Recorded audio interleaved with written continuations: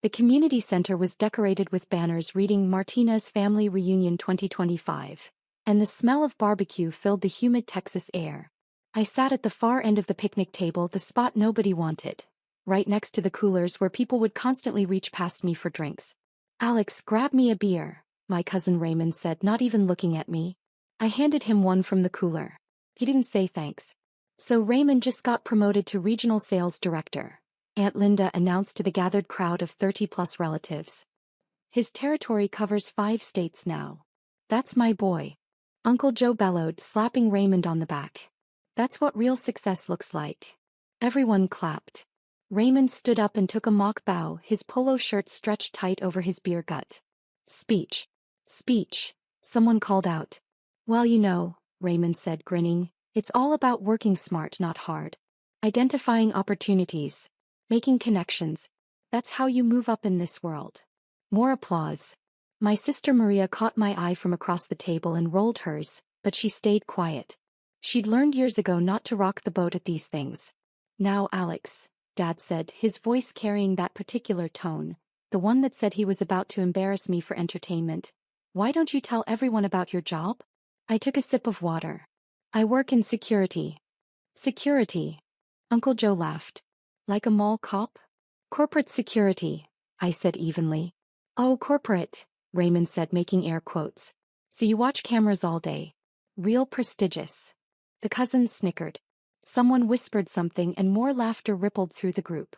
"At least it's steady work," Mom said, trying to be supportive in her way. "Not everyone can be a regional director." "That's the spirit," Aunt Linda said, patting Mom's hand. "We can't all be ambitious. Some people are just meant for simpler roles." "How much does that pay?" Raymond asked, leaning forward. "Security guard work? 30,000? 40? Something in that range," I said. "Jesus," Raymond said, shaking his head. "I make that in bonuses alone. But hey, no judgment. Someone's gotta keep an eye on the parking lots, right?" More laughter. I cut into my brisket. "Remember when Alex used to talk about going into law enforcement?"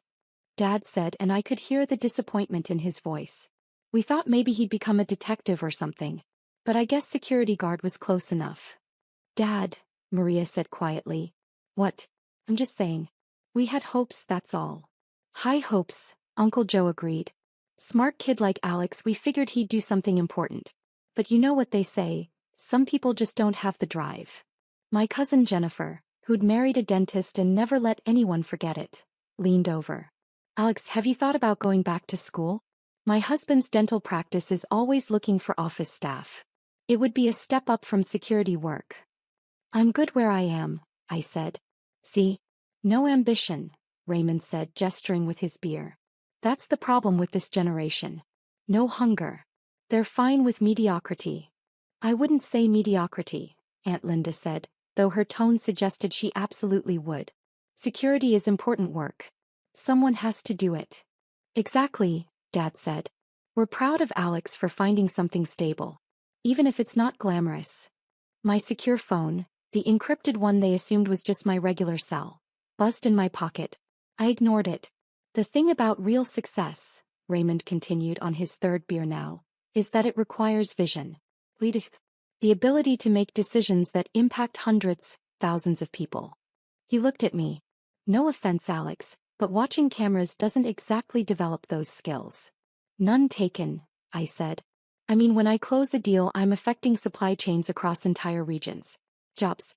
Livelihoods. That's responsibility." He puffed out his chest. "That's what separates the leaders from the followers." My phone buzzed again. Then a 3rd time in quick succession. "Popular tonight," Jennifer smirked. "Is your supervisor calling? Did someone try to steal a laptop?" Laughter around the table. I pulled out my phone. 7 missed calls. 15 texts. All marked urgent. Level 1. "Excuse me," I said, standing.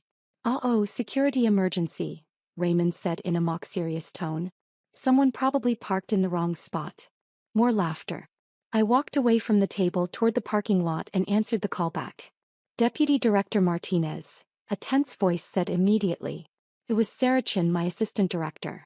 "We have a level 1 situation. Multiple terrorist cells activated simultaneously.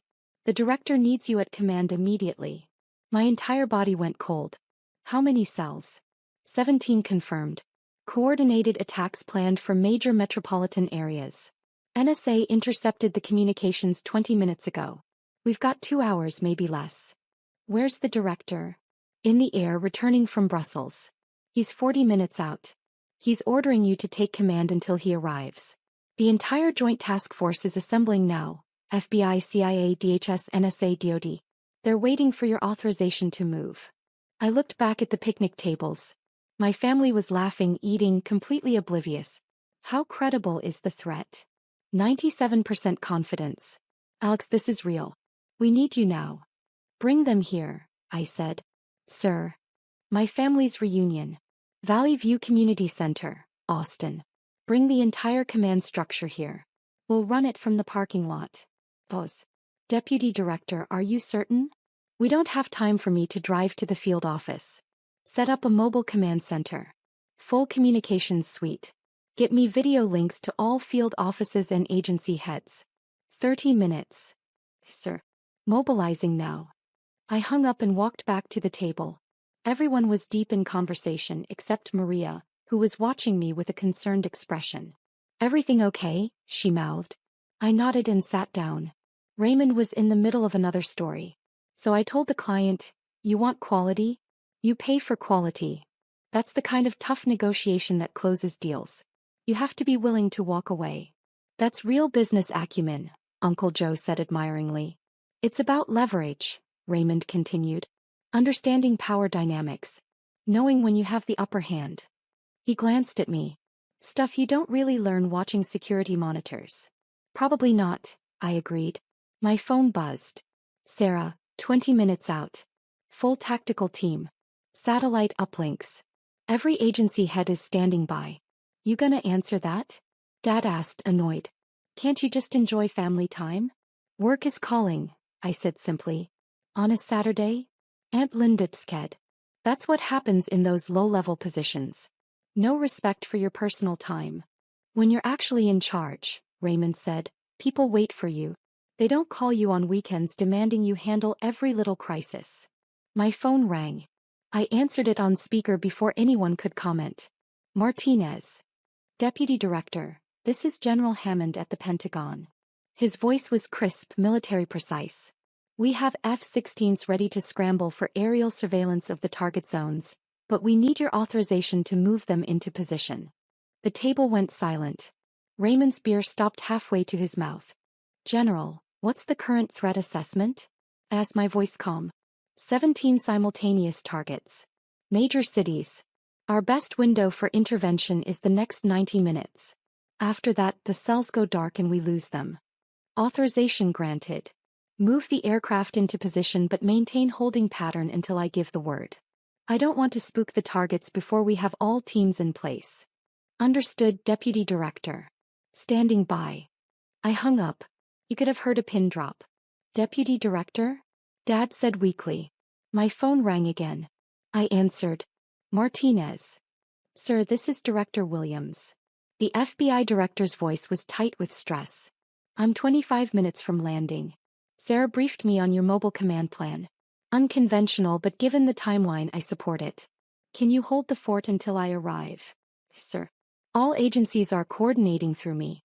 We have eyes on 14 of 17 cells. Closing in on the other 3. Good. Alex, I'm putting our entire counterterrorism apparatus under your direct command until I touch down. The president is being briefed now. He may call you directly. Understood, Director. And Alex, don't let these bastards hurt anyone. Whatever resources you need, you have them. Yes, sir. I hung up.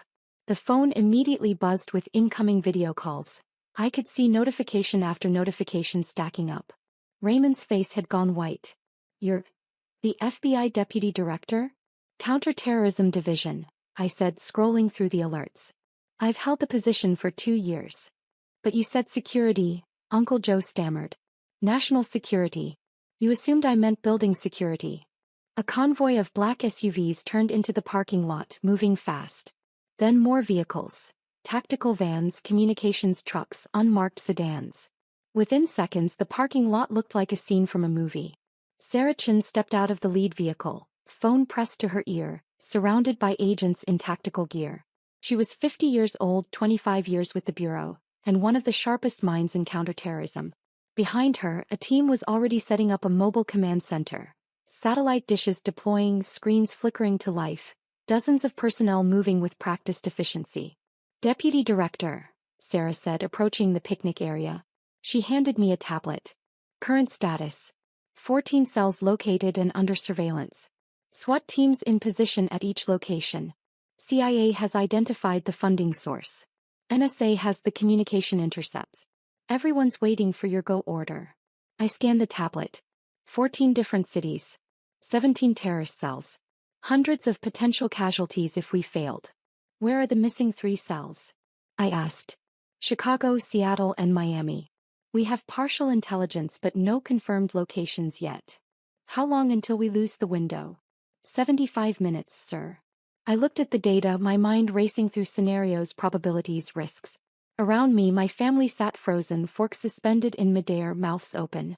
Pull up the tactical maps, I said to Sarah. I want real-time feeds from all 14 locations. Yes, sir. She snapped her fingers and 2 agents brought over portable screens, setting them up on the picnic tables, right where the potato salad had been moments before. The screens came alive with aerial views, street cameras, building schematics. Each one showed FBI tactical teams in position waiting. My secure phone rang. I answered. Martinez. Deputy Director, this is CIA Director Reeves. We've identified the 3 missing cells. Sending coordinates now. How confident are you in the intelligence? 92%. We have assets on the ground confirming. Get FBI teams to those locations. I want eyes on all 17 cells in the next 15 minutes. Already in motion, Deputy Director. I hung up and looked at Sarah. Status on the SWAT teams? Ready and waiting at all locations, sir. They're just waiting for your order. I pulled up the communication intercepts on the tablet, reading through the chatter NSA had captured. The attacks were timed to happen simultaneously in 2 hours. Maximum chaos, maximum casualties. We go in 90 minutes, I said. Simultaneous raids on all 17 locations. I want every cell taken down at the exact same moment so none of them have warning to scatter or accelerate their timeline. Sir. I'll coordinate with all field offices. Sarah walked away, already issuing orders. Around the command center, dozens of agents were on phones, typing on laptops, monitoring screens. The parking lot had transformed into an operational hub. I looked back at my family. They were staring at me like I was a stranger. You run counterterrorism? Dad whispered. For the FBI? Deputy Director of the entire division, I confirmed, my eyes back on the screens. I oversee all domestic counterterrorism operations. How many people report to you? Raymond asked, his voice barely audible. 3,000 agents directly. But for something like this, I have operational authority over multiple agencies. Today that's about 12,000 personnel across FBI, CIA, NSA, DHS, and DoD. Jennifer's phone was in her hand, trembling. She was clearly Googling me. Oh my God. You're on the FBI leadership page. Your photo is right here. Deputy Director Alex Martinez, youngest person ever appointed to the position, responsible for preventing 23 major terrorist attacks since taking office. 24 after today, I said quietly, if we do this right. Maria was crying. You've been doing this for 2 years? Longer. I was assistant director before the promotion. I've been with the Bureau for 8 years. But you never said anything, Mom whispered. Operational security, I said simply. The fewer people who know what I do, the safer I am. And the safer you all are. Another vehicle pulled up. This one had director plates. Michael Williams stepped out, flanked by security. He was 62, silver-haired, and had been FBI director for a decade. He walked straight to me. Alex, he said, shaking my hand. Status. All 17 cells located. SWAT teams in position. We're coordinating simultaneous raids in. I checked my watch. 83 minutes. Any complications? Chicago cell is in a residential building. Higher risk of civilian casualties. I've ordered tactical to use non-lethal entry protocols. Good call. Williams looked around at my family, still frozen at the picnic tables. I'm interrupting a reunion? You're saving lives, sir. The reunion can wait. Williams smiled slightly. That's why you're my deputy director. He turned to Sarah. I'm here to support, but Deputy Director Martinez has operational command. Everything goes through him. Yes, sir, Sarah said. Williams looked at my father. You must be very proud of your son, Mr. Martinez. Dad couldn't form words. Alex is the finest counterterrorism officer I've ever worked with, Williams continued. He's saved more lives than any of us will ever know. The president personally requested him for this position. He walked toward the command center, leaving my family in stunned silence. My secure phone rang again. Martinez. Deputy Director, this is the White House Situation Room. The president wants a brief. Put him through. A click then. Alex, it's President Morrison. Michael tells me you have all 17 cells located. Yes, Mr. President. We're executing simultaneous raids in 80 minutes. Confidence level? High, sir. We have solid intelligence and overwhelming tactical advantage. Any risk to civilians? We've minimized it as much as possible. One cell is in a residential area, but we're using specialized entry protocols. I trust your judgment, Alex. You've never let us down before. Thank you, Mr. President. One more thing. Congress is briefing on this Monday. I want you there to walk them through how we identified and neutralized the threat. I'll be there, sir. Good luck, Deputy Director. The country is counting on you. The call ended. I looked at the screens. Every cell was now under active surveillance. Every tactical team was in position. 12,000 personnel were waiting for my order. Raymond stood up slowly, his face pale. You just talked to the president. Part of the job, I said, not looking away from the screens. The President of the United States knows your name. He appointed me personally to this position. Oh God, Aunt Linda whispered. We've been mocking you. For years. Yes, I said simply. But you never corrected us, Uncle Joe said weakly. Would it have mattered? I looked at him. Would you have treated me differently if you'd known? Or would you have found other ways to dismiss me? Silence. I didn't tell you because I wanted to know if you cared about me as a person or just as a status symbol. I turned back to the screens. How I know. Sarah approached. Deputy Director, all teams are synchronized. Awaiting your order. I checked the timeline. Everything was aligned. The cells had no idea we were watching. The tactical teams were ready. The window was perfect. Status on the Chicago residential situation? I asked. Team leader confirms they can execute with minimal risk. Building has been quietly evacuated under the guise of a gas leak. Smart. I looked at the clock. We move in 75 minutes. Everyone stays on high alert until then. Yes, sir. For the next hour, I coordinated the largest simultaneous counterterrorism operation in U.S. history. From a parking lot in Austin, Texas, while my family watched in silence. I spoke with field agents in New York, Los Angeles, Chicago, Seattle, Houston, Miami, and 11 other cities. I reviewed tactical approaches, approved contingency plans, coordinated with local law enforcement. Every decision flowed through me. Director Williams stood beside me, occasionally offering input, but mostly letting me run the operation. You're doing excellent work, Alex, he said quietly during a brief lull. Thank you, sir. Your family seems shocked. They thought I was a mall security guard. Williams raised an eyebrow. A mall security guard who has the president on speed dial? They never asked what I actually did. Their loss, Williams said. You're one of the finest officers I've ever had the privilege of working with. The clock hit the final minute. All teams were in position. All communications were live. 17 simultaneous raids, perfectly coordinated across 12 time zones. All teams, I said into the command radio. This is Deputy Director Martinez. On my mark, you are authorized to proceed. We move in 3, 1. Execute. Execute. Execute. On the screens, 17 tactical teams moved simultaneously. Doors breached. Flashbangs deployed. Within seconds, all 17 terrorist cells were in custody. Not a single shot fired. 0 civilian casualties. All teams reporting successful apprehension, Sarah said, her voice tight with relief. Sir, we got them. All of them. Director Williams clapped me on the shoulder. Outstanding work, Deputy Director. Reports flooded in. 17 cells neutralized. 43 terrorists in custody. Weapons seized. Attack plots disrupted. Potentially thousands of lives saved. I let out a breath I didn't know I'd been holding. Ladies and gentlemen, I said to the command center, exceptional work. Sarah, coordinate with field offices for processing. I want full debriefs from every team leader within 24 hours. Yes, sir. I turned to Williams.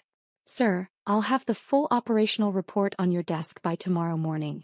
Take Sunday off, Alex. You've earned it. With respect, sir, I'd rather finish the paperwork while it's fresh. Williams smiled. That's why you're my deputy director. But seriously, take the evening. Spend time with your family. I looked at my family still sitting at the picnic tables looking shell-shocked. I'm not sure they want my company right now, sir.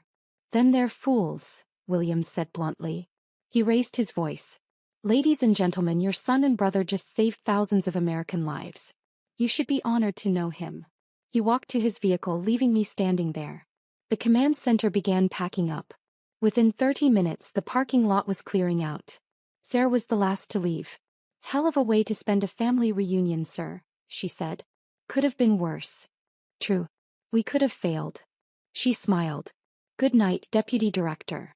And for what it's worth, your family doesn't deserve you. Good night, Sarah. Her vehicle drove away and suddenly it was just me and my family again.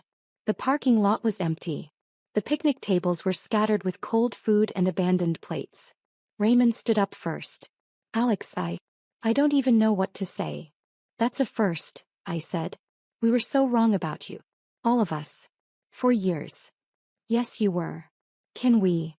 Dad started then stopped. Can we start over? Can you forgive us?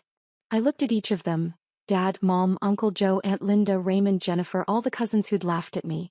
All the relatives who'd assumed I was a failure. I don't know, I said honestly. You spent years mocking me. Years assuming the worst. Not once did any of you ask what I actually did. You just decided I was mediocre and treated me accordingly. But we didn't know, Mom said, tears streaming down her face. That's exactly the point, Mom. You didn't know and you didn't care to find out. You just assumed. We're sorry, Maria said quietly. She was the only one who'd never mocked me. For what it's worth, I always knew you were doing something important. You had that look, like you were carrying something heavy. You should have said something, I told her gently. Would you have told me if I'd asked? I considered that. Probably not. Operational security. Then I'm just glad I know now. He hugged me. I'm so proud of you, Hermano. I hugged her back. The others stood there uncertain. Alex, Raymond said, I said terrible things. About you being mediocre. About having no ambition. I was so wrong. Yes, you were. Can I make it up to you? I looked at him. Raymond, you're a regional sales director. I run counterterrorism for the entire country. We operate at different levels. I don't need anything from you. He flinched like I'd hit him. That's not meant to be cruel, I continued. It's just reality. You all spent years comparing yourselves to me and finding me wanting.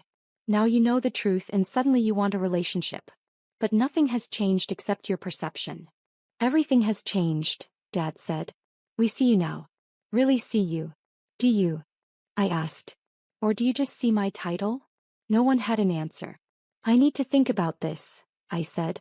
About whether I want to maintain relationships with people who only valued me once they learned I was successful. Please don't shut us out, Mom begged. I'm not. I'm just taking time. I checked my watch. I have debriefs to conduct and reports to file. Thank you for the reunion. I walked to my car, a modest Ford because despite my salary I'd never seen the point in flashy vehicles. My family watched me leave, standing in the parking lot where an hour ago, I'd coordinated the largest counterterrorism operation of the decade. My phone rang as I drove away. The Deputy Director, NSA just confirmed we caught 2 additional suspects in the intelligence sweep. The threat is completely neutralized. Excellent work, Sarah. Sir, the director asked me to tell you.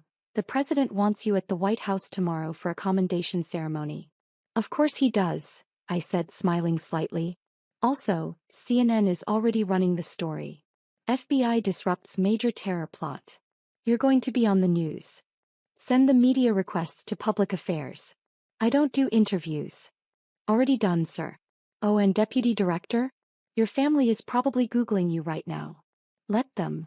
I hung up and drove home to my apartment in downtown Austin. A normal middle-class apartment because I'd never needed anything fancy. I poured myself a whiskey and sat on my balcony, looking out over the city I'd just helped protect. My phone lit up with texts. Raymond, Jennifer, Uncle Joe, Dad. All of them apologizing, begging for another chance. Maria's text was different. I love you, Hermano. Proud of you. Always have been. I texted her back. Love you too. And thank you. The others I left unanswered. Maybe someday I'd forgive them. Maybe someday we'd rebuild those relationships. But tonight I was going to sit here and enjoy the quiet knowledge that I'd saved thousands of lives while they'd laughed at me for watching cameras. Tomorrow I'd go to the White House and receive a commendation from the president. I'd brief Congress on the operation. I'd coordinate with international partners on the investigation. But tonight I was just Alex Martinez sitting on my balcony, knowing that I'd done my job well. My phone rang one last time. Director Williams. Alex, I just got off the phone with the president. He's recommending you for the Presidential Medal of Freedom. Sir, that's not necessary. It absolutely is. What you did today was extraordinary. You saved thousands of lives and coordinated the most complex counterterrorism operation in Bureau history. Take the win, Deputy Director. Yes, sir. And Alex, your family called the FBI Public Affairs Office, asking for confirmation that you're really the Deputy Director. What did you tell them? I told them the truth, that you're the finest counterterrorism officer in the country, and they're lucky to be related to you. I smiled. Thank you, sir. Get some rest. Tomorrow's going to be a long day. I hung up and took another sip of whiskey. Somewhere across the city my family was probably still processing everything. Still reading articles about me. Still trying to understand how they'd been so completely wrong. But I wasn't thinking about them anymore. I was thinking about the 43 terrorists in custody. The thousands of potential victims who'd never know how close they came to disaster. The 12,000 personnel who'd worked together flawlessly to stop an unprecedented threat. And I was thinking about tomorrow and the next crisis and all the work still to be done. Because that's what deputy directors do. We protect people. We save lives. We operate in the shadows while others take credit. And sometimes, just sometimes, the people who underestimated us learn the truth. The view from the top of the FBI wasn't half bad. And I'd earned every inch of it.